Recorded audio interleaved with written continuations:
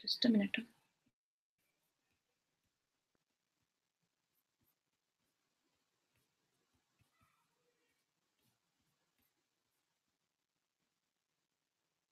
I think there's some lag.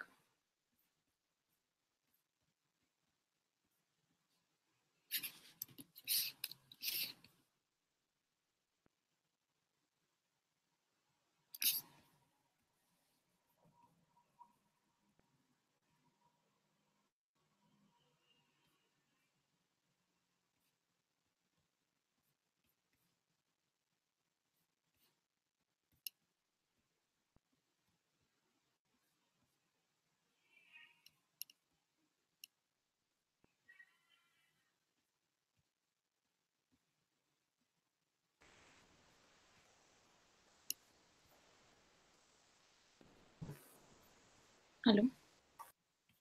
Am I audible? I can hear you actually. Yeah, but I think there's some lag. Like, yeah, there is lag. Oh yeah, there's some lag. There is lag, right?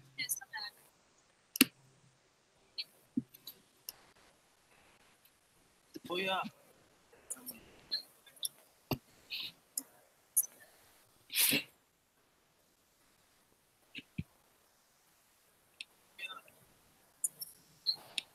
So I'll just exit out of the YouTube link and just present on Hangouts and then Hangout. Yeah, I'll access also do the that. video. Yeah, because then that's Please log annoying. out from the YouTube, and we are already Yeah, yeah. live. So Yes, I'll just start. Hello, everyone. Thank you for joining us on the call. Today we are doing the 6th edition of VNIT Development and Public Policy Forum webinar series. We have already had some excellent talks by Dr. Shiva Dubey, had a talk on manual scavenging, and Ankit Chabra on his experience in the education sector. Today we have with us Parag Nathaney. He is a consulting associate at Charles Rivers Associate, Washington, D.C. He is an experienced energy professional focusing on distributed energy resources and wholesale electricity market analysis in the US. His experience includes supporting utilities on regulatory proceedings pertaining to the distributed energy resources and also providing acquisition support for potential bidders and large private equity and independent power producers. Parag has modeled and analyzed US electrical power markets with an emphasis on emission policies. He performed economic feasibility analysis during his work before. He holds a master's degree in energy and environmental policy from the University of Delaware, and he passed out from VNIT from EC Electronics and Communications branch in 2012. So today he's going to be talking about the wholesale power markets. His experience is predominantly in the US market, but we will try our best to draw some parallels also in the Indian market scenario. So we obviously welcome all the inputs that we have from our attendees and guests today. For those of us who are not very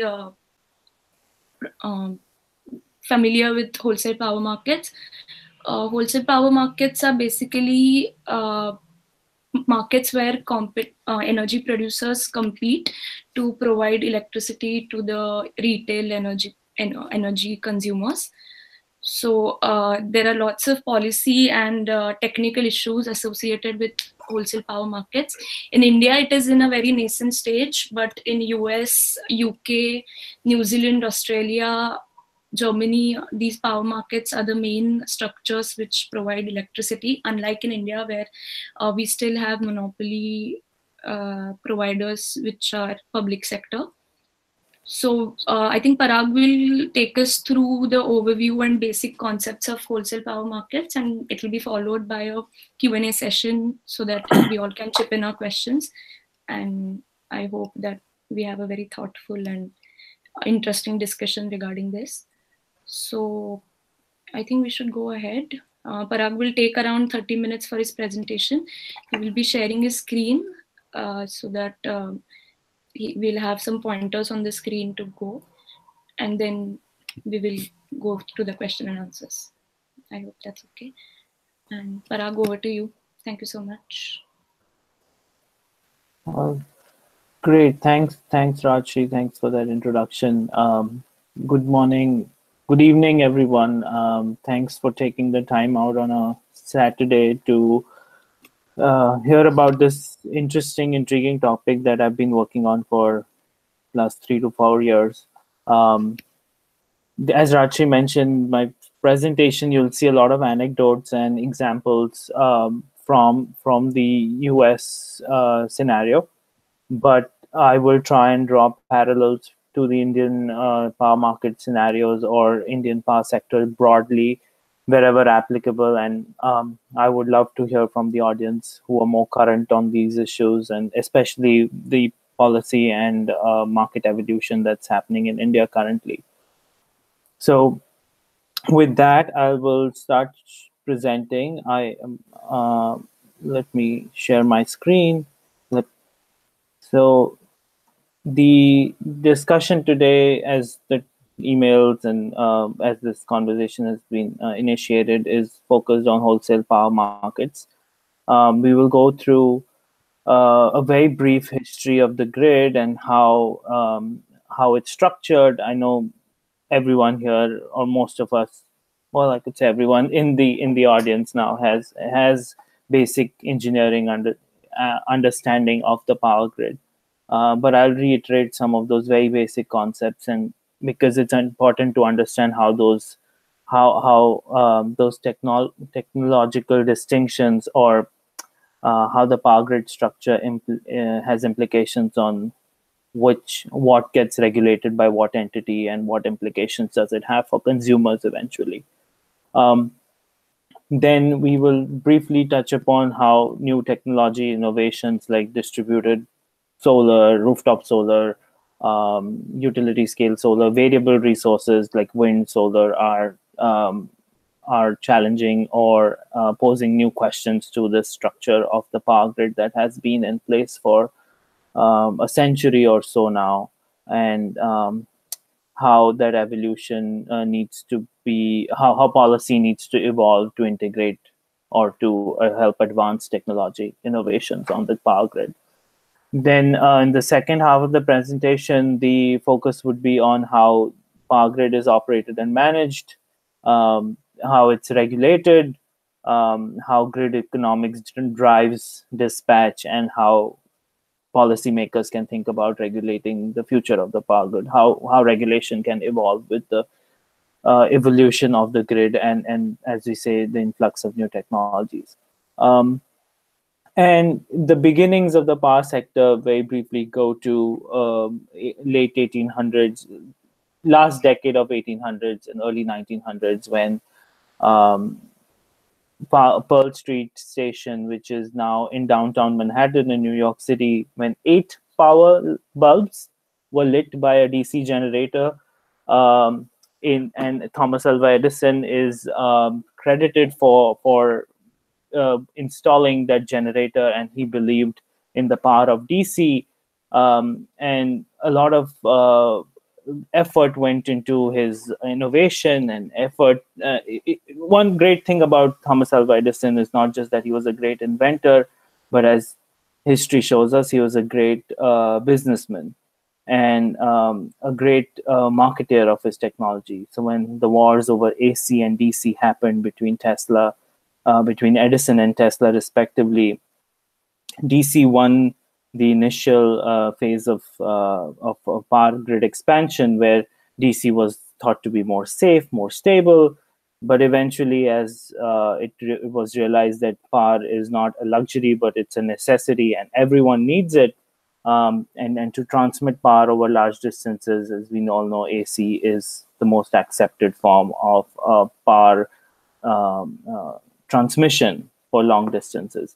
But it was interesting to see how how we moved from um, a, a DC generator station in downtown Manhattan in New York that could power only 8 light bulbs. And who was the financier for that and endeavor? It was JP Morgan. So the economics and finance has always gone hand in hand with power and power sector expansion.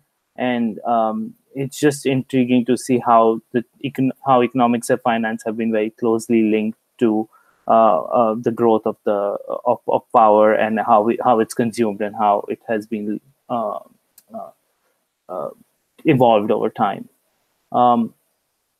But generally, the electric expansion took place in the mid in the early 1900s on the back of interestingly streetcars and trolleys, where municipal electrification in the US helped cities expand.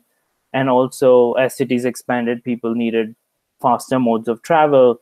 Horse carts were becoming outdated, and it was realized it was much cleaner, there was less congestion, and eventually there was massive industrial growth in the US, which led to a whole bunch that led to significant electrification.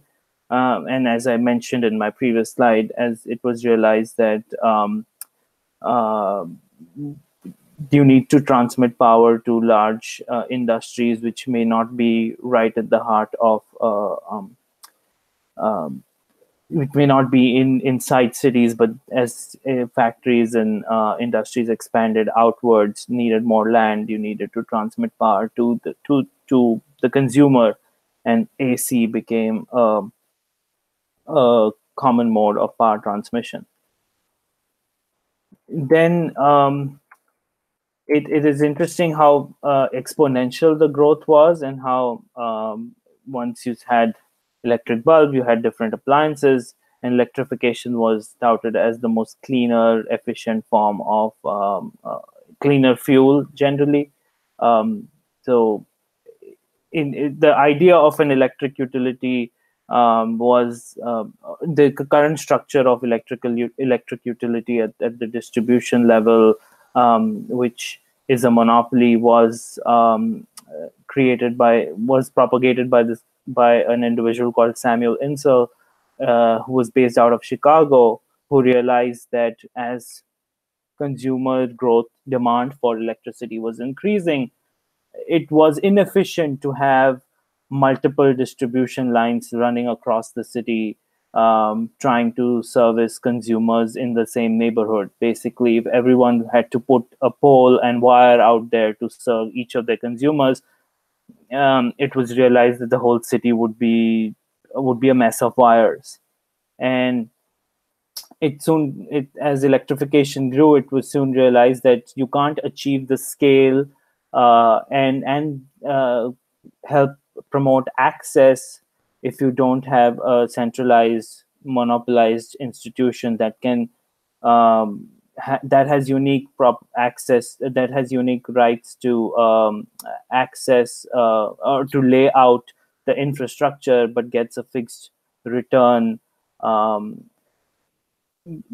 Gets a fixed return on that investment, and that was the most efficient model of scaling up, because when you have economies of scale, things become cheaper and access becomes easier, and the growth and the access to electricity was growing exponentially.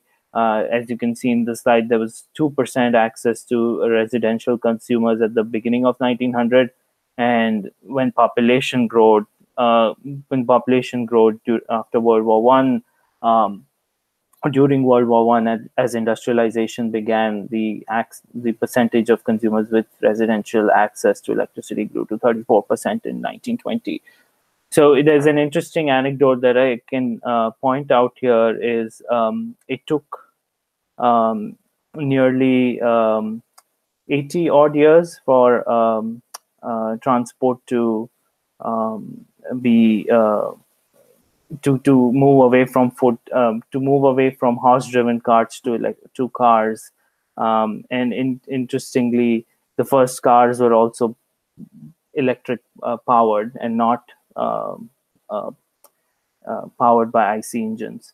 But when a new technology is easy, it's cheap, it's accessible, its growth is always exponential, and that's what happened with electricity. But the basic grid landscape that we see today is driven by basically three tiers. There's generation, where power is produced by central generators that can be coal-fired, natural gas-fired, hydroelectric or hydroelectric dams. And then you need to transmit the power to over long distances. Then you have the massive AC transmission system, and then you have the poles and the wires that bring power to your apartments, to your homes, to your businesses, and that's the distribution system. In fact, at the beginning of this millennium, I think the American Society for Engineers had declared the electric grid as the most vital innovation in the turn of the century, because it led to betterment of life and improved improved productivity and helped the economy massively. So it's considered as the world's greatest machine, massive machine that helped improve life in general. And it's considered it's considered an engineering marvel in itself. To think of these components that work together in tandem most of the time to provide reliable power, I think is a feat of engineering that needs to be appreciated and respected. And as we go through the slide deck, I would try and point out that how policy has played or regulation and policy has played a critical role in ensuring that these pieces work together and consumers get the benefit of access to electricity. The basic idea of this system is to help provide reliable power, where supply is met by demand on a second by second basis.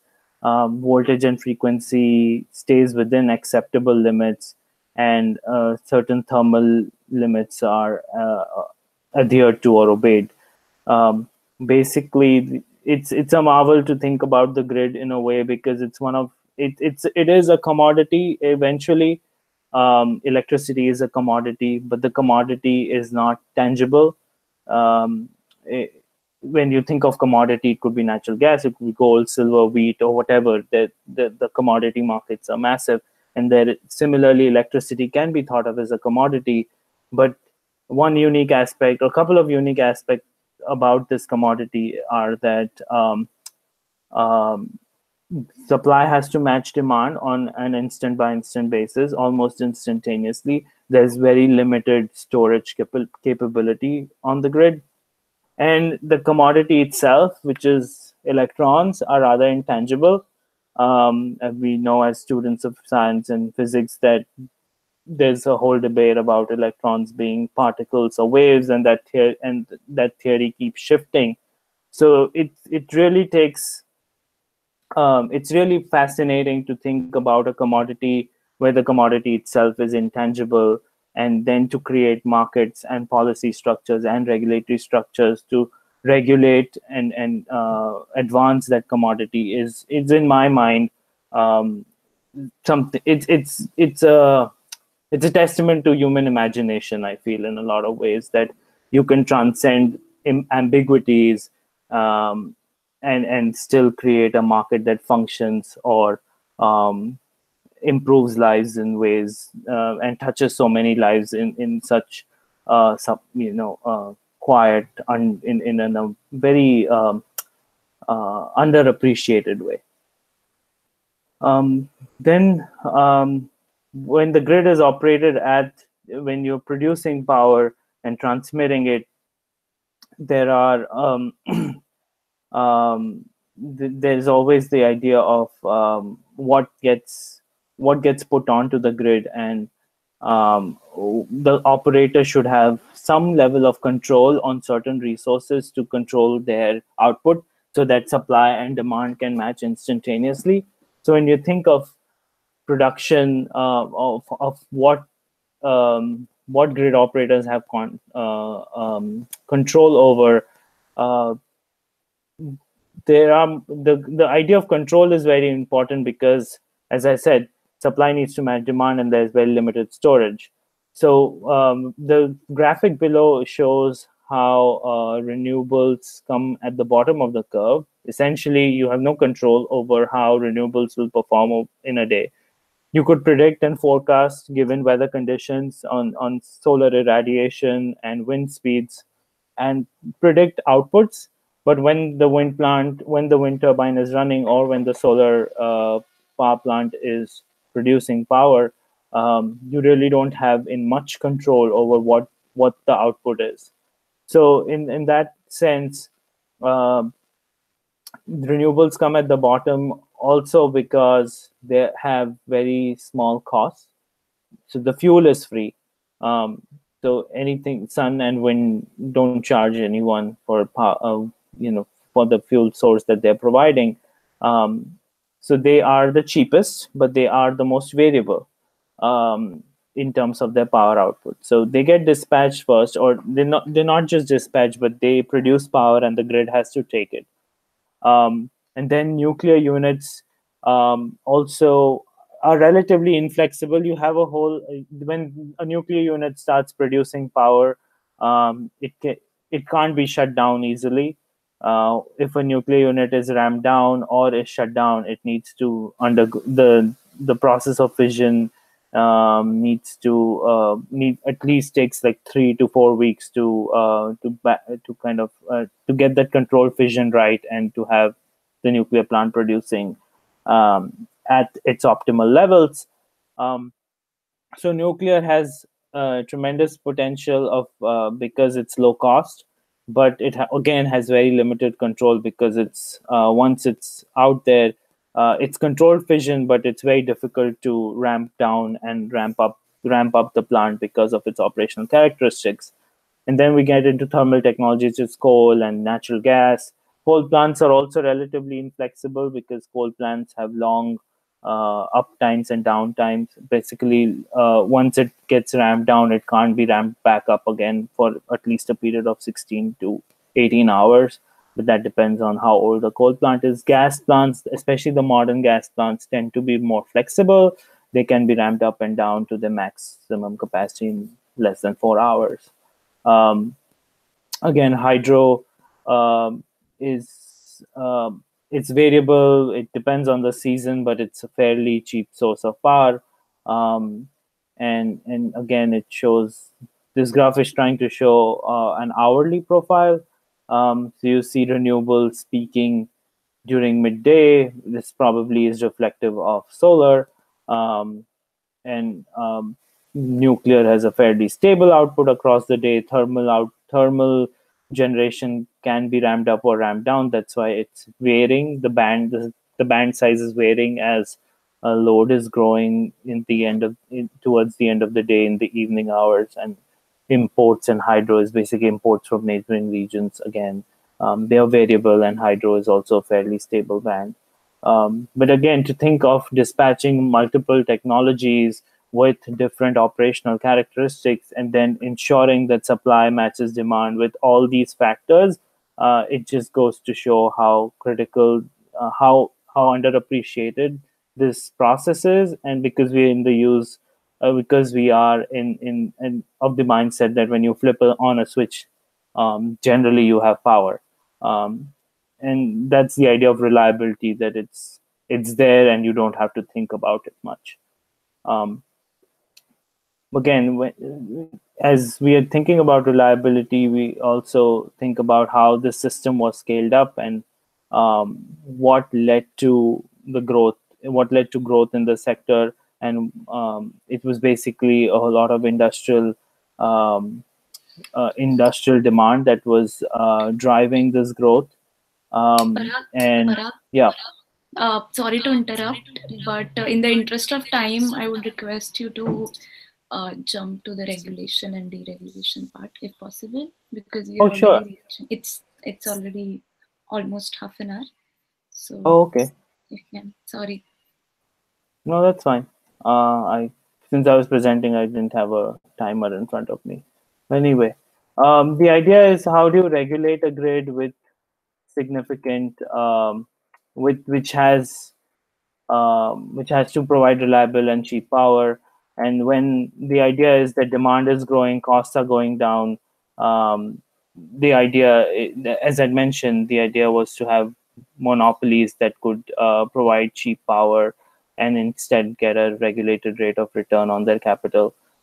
This is a chart showing what does a monopoly mean, where vertical integration, which is the utilities controlling all the three aspects of um, generation, transmission, distribution. Um, but then things changed when you had when you had supply shocks and fuel wasn't easily available in the 70s, and demand has been going down in the last 10, 20 years. The idea is to how do you shift the risk of investment from a utility which rate bases it? Basically, you and I as consumers pay for it at the end of the day through our electric bills, to shift that risk to independent players who can optimize their business decisions based on what they perceive their outlook is for the market. So the idea was to have deregulation, where this has already happened in India, where there is generation competition in the generation space. You have the Reliances and the NTPCs and Tatas competing to put out new power plants, and there's a whole bunch of competition in the renewable space as well, where renewable resources, where solar industry has seen massive amounts of influx of new players trying to promote, or the idea is to promote competition at the generation level. But the rest is still part of a utility. Um, in India, I think we've achieved some level of disintegration between. We've disintegrated the vertically integrated utility into the generation space, transmission space, and the distribution space, where you have your discoms and transcos, and the gencos. But again, the amount of competition that we've seen hasn't significantly scaled up, especially at the distribution level, where the idea where the infrastructure is still provided by the distribution utility, but there is competition at the retail level, where you can choose your own supplier, someone who can go out there and procure cheaper power from the market through certain contracts, and helps provide power to you. That's retail competition. I'm not always tied to my distribution company or discom to provide me power. I can choose some XYZ supplier that can still use the distribution system infrastructure and provide power to meet my needs. And this is what I was talking about originally, where the distribution grid is regulated by a compact, where utilities get are subjected to oversight, but get guaranteed rates of return, because we, as you and I as consumers, are captive rate based. Essentially, every investment they put in on the system, a new pole or a new wire or a new capital investment, the utilities are subjected to earn returns on it anywhere in the range of like 8 to 14%.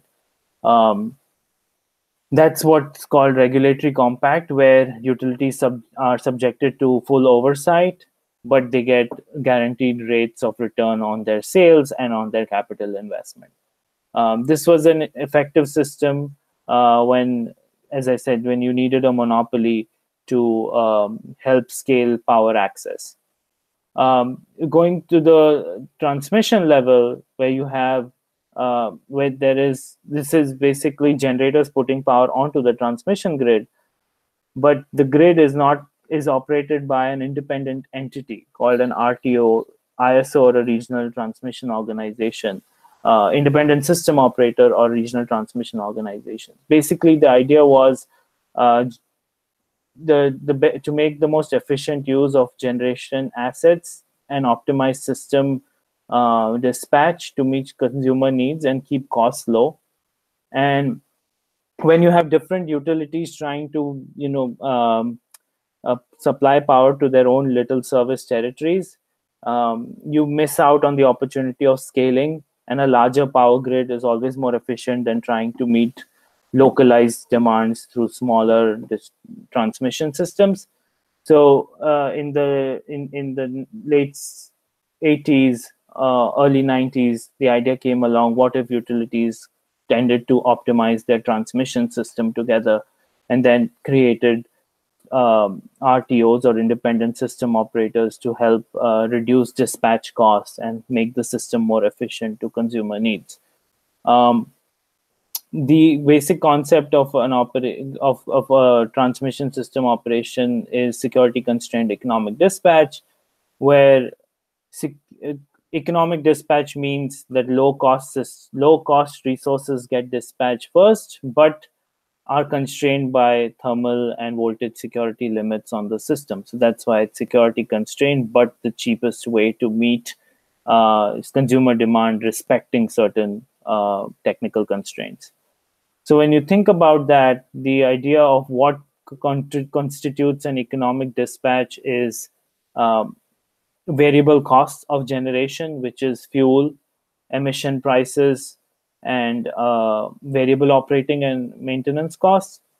So if you see the graphic on the left, which is showing how demand is met by resources, you see at the bottom left are the cheapest resources, which is renewable and nuclear, because they have no fuel costs or very small fuel costs, very minor O&M costs, and they have basically zero carbon emissions, so very limited emission costs.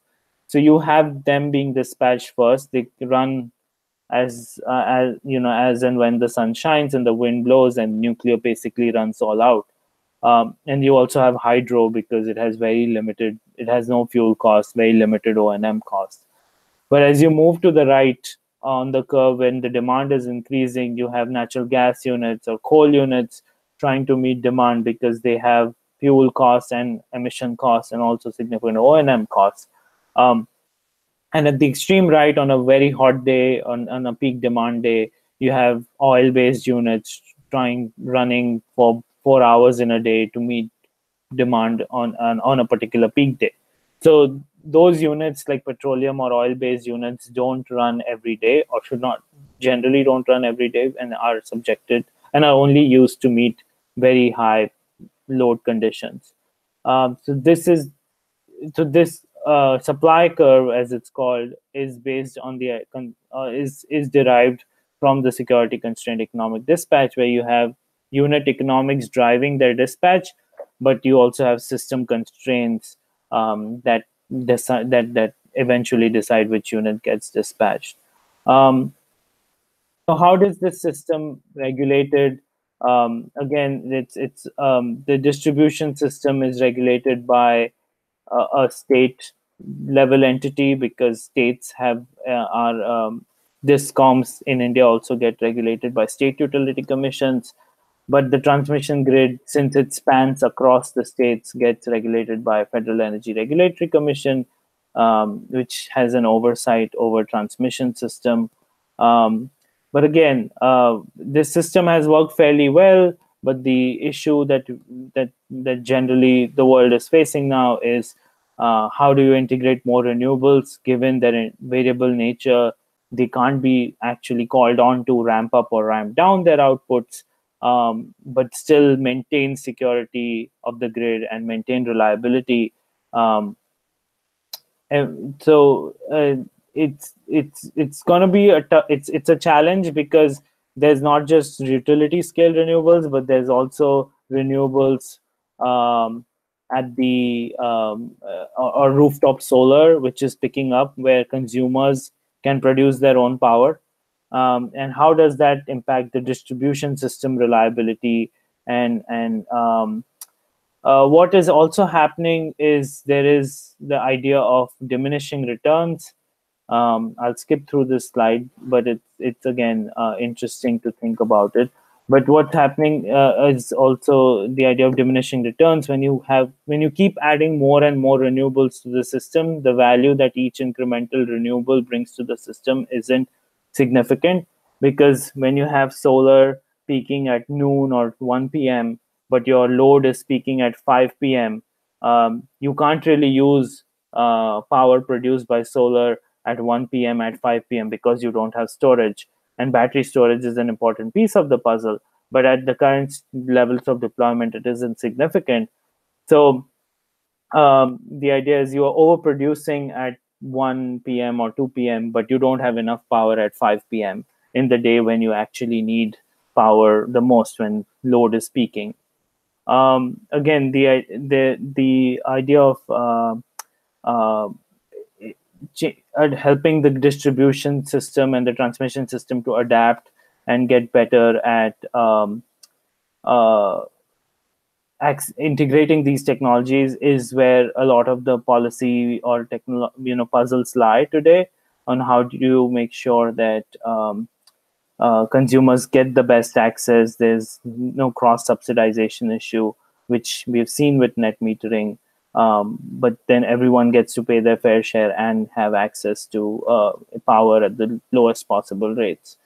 Uh, so the policy questions that we are facing today, or I think this is uh, again to draw a parallel with what we are seeing in India and in this part of the world, um, is the power system here has been fairly evolved. I think access is not a major issue in India. I believe reliable access is still a major issue. I understand that we have had more.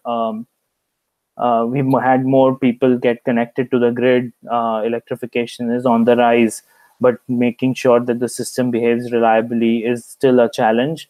Um, and secondly, the grid that we're trying to develop or evolve in India is with the influx of these variable technologies. I think a lot of countries in the Western world have had the advantage of time, that they had the luxury of time to build out a grid, um, uh, ensure reliable power, and now it's more of an optimization problem, where you have the grid built out and you're thinking of how do you optimize it to meet your decarbonization needs, or renewable integration goals, basically. But I think the challenge in India is there is enough supply. The demand side of the equation keeps growing, but ensuring reliability on a system that is not the most robust, but then still integrate renewable technologies that will improve quality of air and improve and basically lower costs, because they have very low variable cost, is going to be challenging. And the idea is to have these uh, problems of basically improving expansion, or like expanding the grid, and also meeting climate goals, and ensuring that the economy has clean air and people have access to cheap power. It's a multi-dimensional problem. And I look forward to hearing your views on it. I hope this was helpful. I'm sorry I ran a little bit over time, but I get carried away when I'm trying to explain stuff. So thank you for your patience, and I look forward to your questions.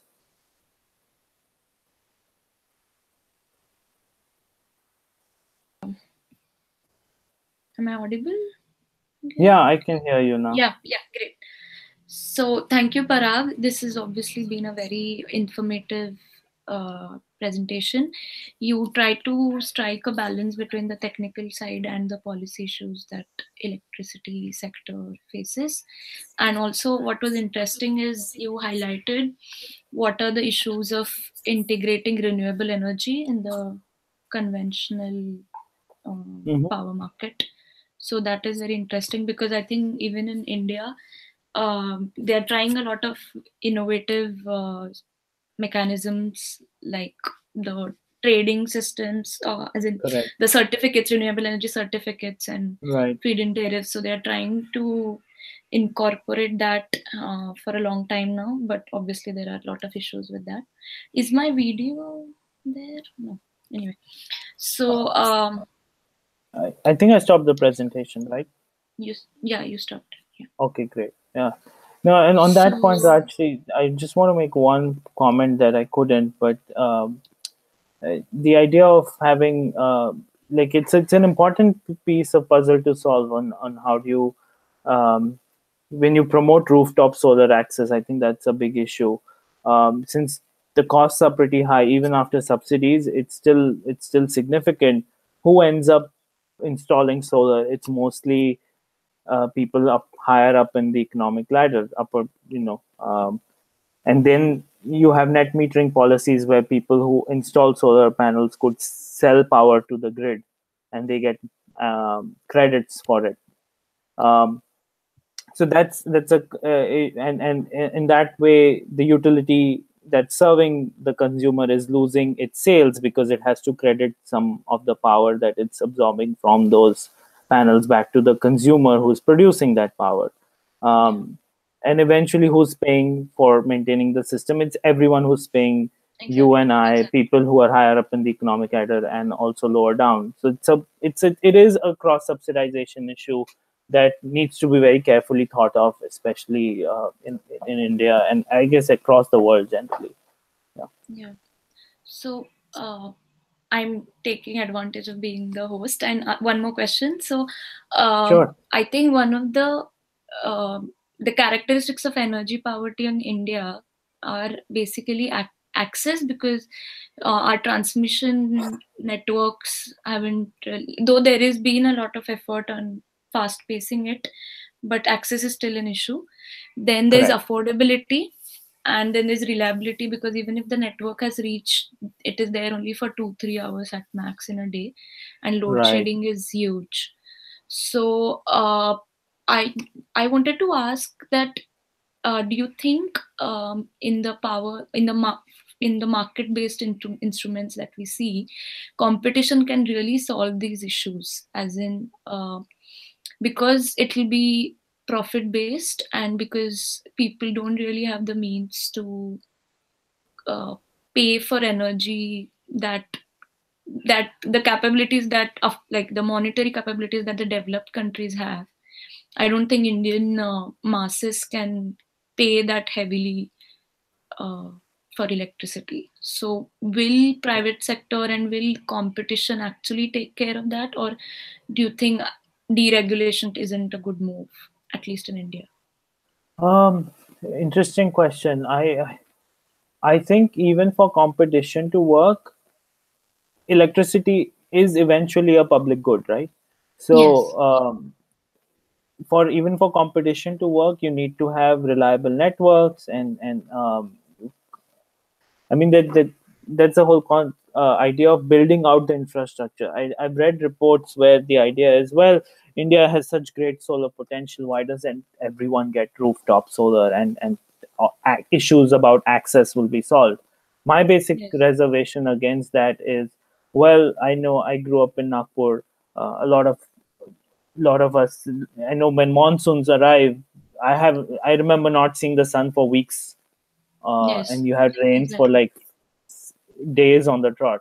And Yeah. are you saying that if people get selective access, basically, it's okay not to have access to electricity during monsoon, but it's fine if they have in summer and they can put a fan on? I don't think that's how it should work. It is public good that needs to be there every day, every hour, and rooftop solar is not. It's an expensive way of meeting electricity access in my mind, unless you Yes. build up the grid and put Yes. money and develop infrastructure to enhance access. Yes. Any sort of competitive model won't work, Right. because then you have issues about captive consumers and Right. rent seeking from capitalist institutions who Right. have invested. And I mean, they need regulated returns. I think the idea of monopoly utilities worked because when when the country was, when the demand was growing, it was cheaper to have economies of scale, and it was more efficient to have one infrastructure system running through the country. Country. um, Exactly. one set of wires and poles in every neighborhood. Imagine having competition at the distribution level where every little company had to put its own wires and poles. Exactly. I think that's what should we would try to do that, but again, it's like when you don't have a very strong tax base, it becomes very difficult to expand infrastructure.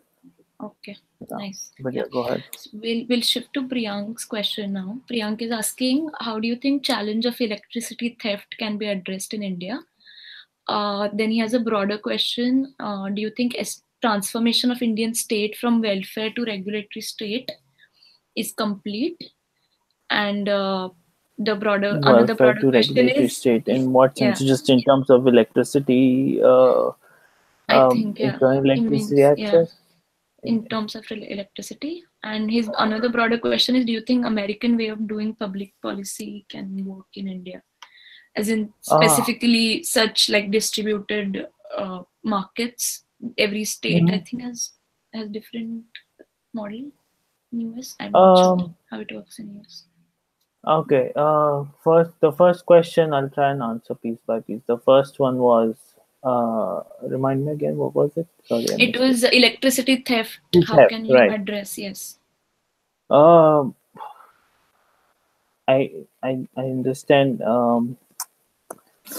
I don't know how it would be addressed, to be honest. I see. I mean, you need to have stronger enforcement. It's difficult to imagine stopping theft without having stronger enforcement.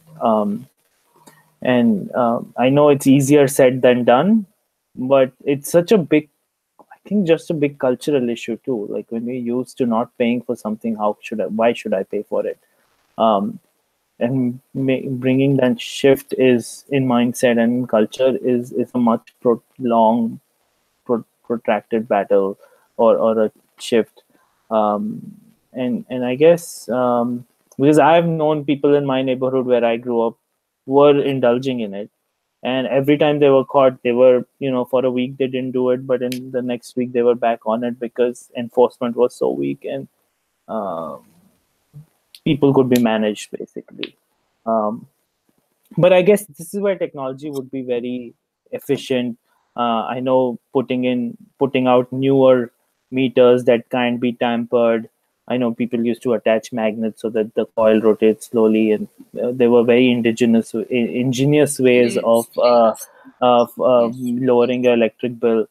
This way, I think technology-based solutions can be very, very effective. You need technocratic solutions because to these larger cultural problems where you have better monitoring through better technology, meters that are digital and not based on analog or more moving parts, but run through binary systems would be useful, and that would definitely help. Like laying that out is, again, it's an investment problem, it's an infrastructure enhancement problem, and for that you need capital and strong state enforcement. And in tying that to, is India's complete transformation to a regulatory state complete?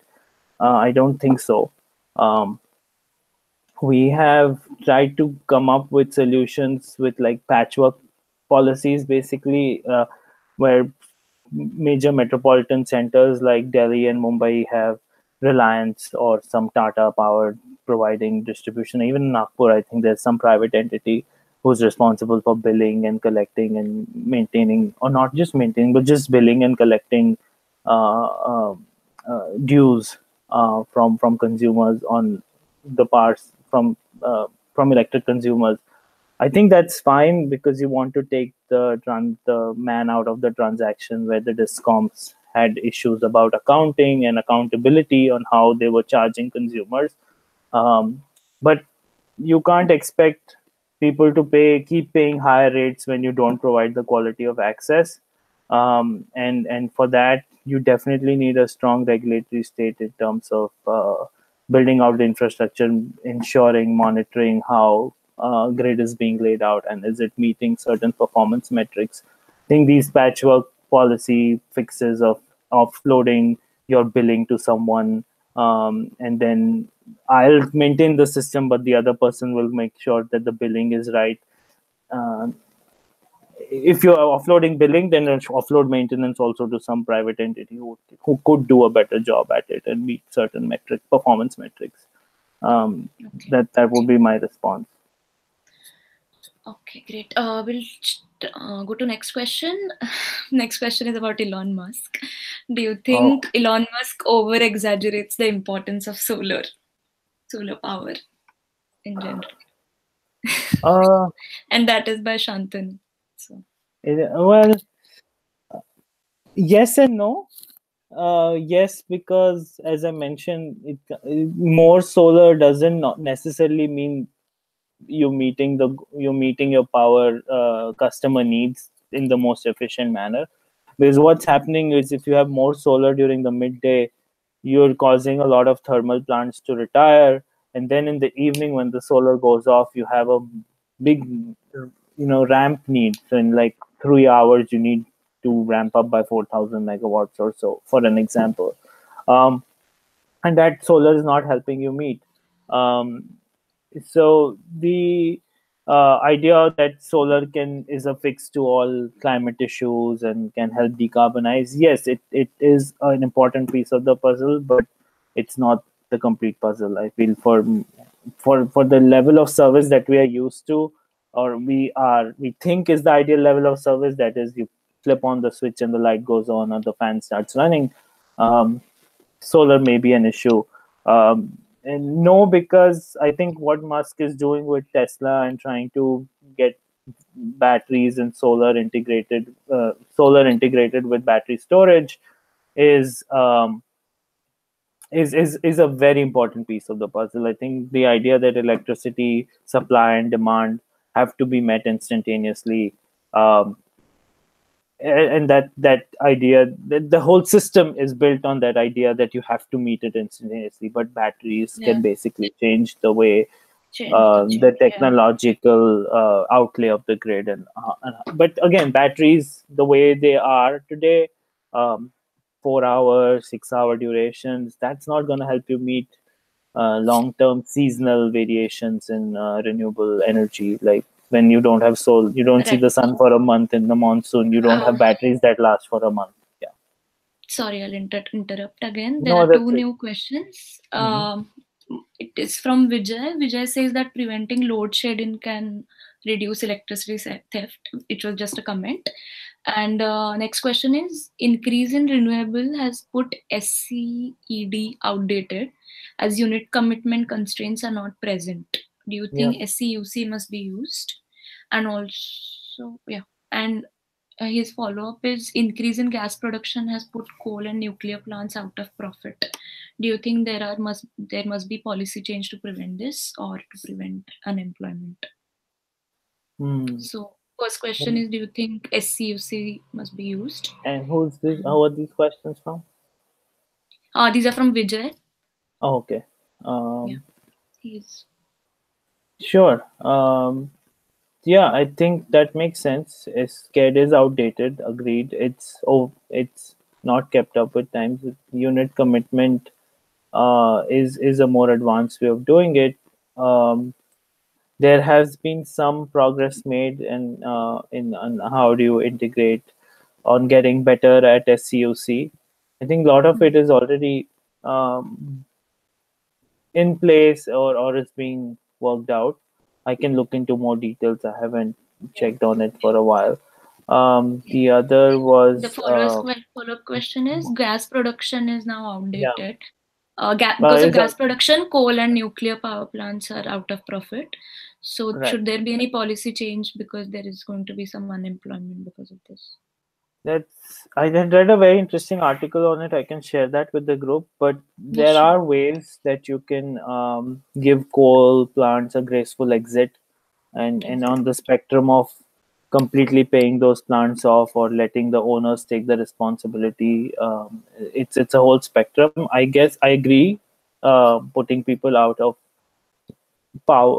job in these plants is problematic. But those employees have a whole bunch of skills that are fast diminishing in the power sector. I mean, if you have some, if you can. Reskilling reskilling is an important issue here for employment, I guess. Yeah. Correct. I mean, there are lots of I know a lot of people in the nuclear or in coal industry Yeah. can also like shift to gas production. The skill sets can be transferable. Transferable. Yeah, and interesting parallels to draw is when oil rigging, offshore oil drilling has subsided because there's enough gas found inland. Um, so offshore oil drilling may have declined, but the technology to install offshore wind and develop offshore wind platforms is similar to offshore oil drilling. So Right. there's a whole bunch of transferable skills that the new sector of the economy can use without investing too much in training. Yeah. I think we'll just take one last question. It is from Chand Bhatia. Do you think replacing transmission through open wires to cables can improve reliability and also prevent thefts? Open wires to cable. I'm Yeah. not qualified to answer that. I'm Okay. not sure I can answer that level of technical granularity on Yeah. it. If I can take some liberty here, I would say that Yeah, sure. thefts are also, it is a mindset issue, obviously it is a cultural issue, but there are a lot of other social issues like affordability and reliability Yeah. which need to be taken care of. We cannot just simply make it a technical issue or a cultural issue. There are some No, social inequalities which are necessary to be looked into, but obviously it's a different conversation altogether. yeah, I completely agree on that. It's difficult, and technology is a fix, but it's not a Yeah. complete fix to the solution. Agree. Okay. Yeah. We have 1 more minute, so I'm going to ask one more question. Do you think that the transmission losses are so high in India? Like they're up to the range of 30%, I guess, in some state, 30 to 35%. So at least like privatizing just the transmission grade can change the game. Do you think that, as in, instead of in opening up the market and distribution and generation, Right. do you think just if we focus on transmission and reduce those losses, do you think it can change the game? Maybe. Yeah, to a certain extent, it could. Though like power grid is fairly power grid as a corporation. Whatever little I've Right. learned Yeah. about them is, I think the problem they do a decent job, but I understand that infrastructure is outdated and we haven't kept up pace with times on adapting more digitized. Have the grid be more digitized that could reduce losses and have better monitoring of the grid so that we know where it's vulnerable and needs um, greater attention.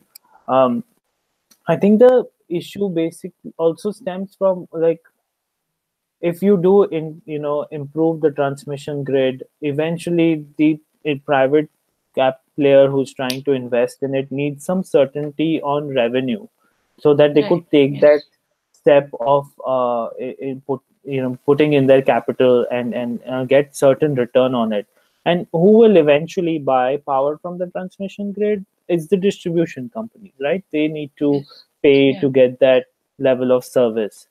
But the state of distribution utilities in India is pretty abysmal, to be honest. Like I know there have been schemes to restructure their debt. The Uday scheme program is one, but that's not the first time that has happened. It has happened multiple times, and distribution companies haven't come out of it very well.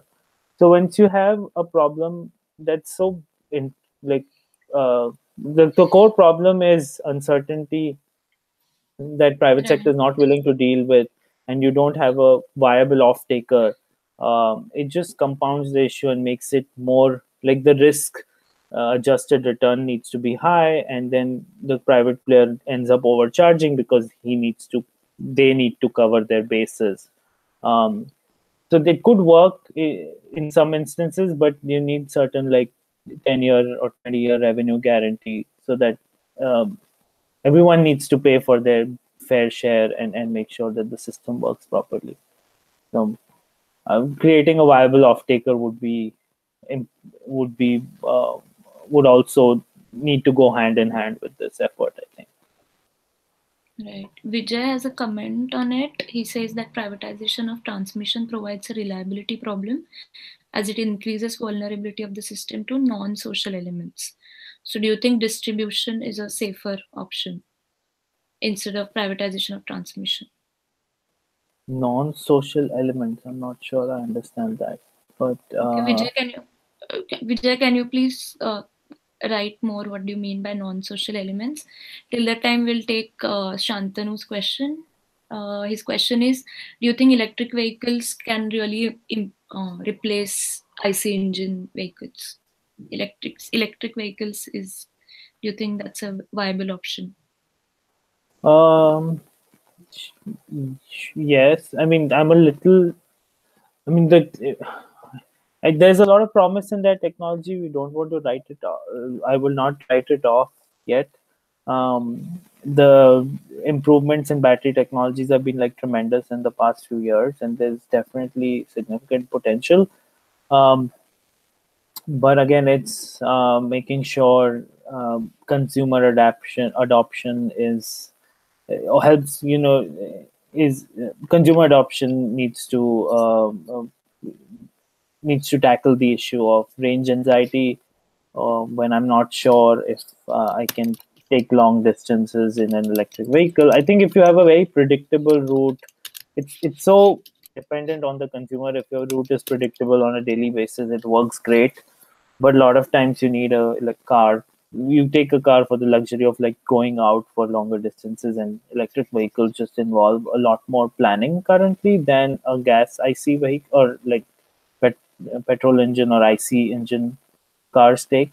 So that behavioral shift will also be important, but I think a lot of consumers are willing to engage in it. So yeah, there's a lot of potential, but it's again how contingent on how batteries technology evolves. And to be honest, the current state of lithium ion technologies, although significantly improved, is not the best that we can get on batteries. There are other technologies that need to be studied and improved. And I'm worried that given our mad rush to install more solar, more batteries, we are using the most. I think generally the world is using suboptimal technologies to meet very lofty goals, and there can be more done. And with the current level of deployment, it's probably taking away research and development funding from other technologies that could help you meet climate goals and decarbonization goals more effectively. And probably lithium ion wouldn't be the answer to electric vehicles, but it's probably one of the initial steps to get there. That's a very interesting comment that you made at the end. So I think Vijay replied saying generation is more than demand. So hacker takes down a line can increase load shedding probability than a hacker takes down a line of generation plant. Okay. Well, I think partly. Again, I think he's trying to. I mean, what's the probability that a hacker won't take down a line of a government-owned transmission system or a public sector-owned transmission system? I think. Yeah. So that's what he's saying. Yeah. So generation is a safer option. Privatizing generation is a better. Yeah, maybe we can think about it that way. Yeah. Okay. True. Yeah. I mean, there is some level of truth to it, but there's again, if you have I mean, it's difficult to think of a transmission system being privatized because a lot of it is already laid out, and you can promote competition in the sector by allowing private sector to build. But I think operating it through an ISO kind of a system or where there's one entity trying to optimize the grid to meet consumer demand expectations across the country is probably more efficient way of doing it than having private entities operated separately. And they can build it, but the operation needs to be offloaded to someone else, I think. Yes. Thank you so much, Parag. It was a very informative session, and we had some really great questions also. So I request all the attendees to please subscribe to our channel. We can do a lot more with your support, and there are a lot of other initiatives also that we are going to take up in the future. So please subscribe to our channel, and thank you, Parag, for taking out time and sharing such a insightful presentation also with us. I hope that if anybody has any more questions, they can reach out to you and Sure. get them cleared. Okay. Thank you so Thanks for much. the Thank you, everyone. opportunity. Yeah, thanks a Yes. lot for joining. And sorry I went a little over, but please feel free to reach out. Yes. Thank you so much. Bye. Bye.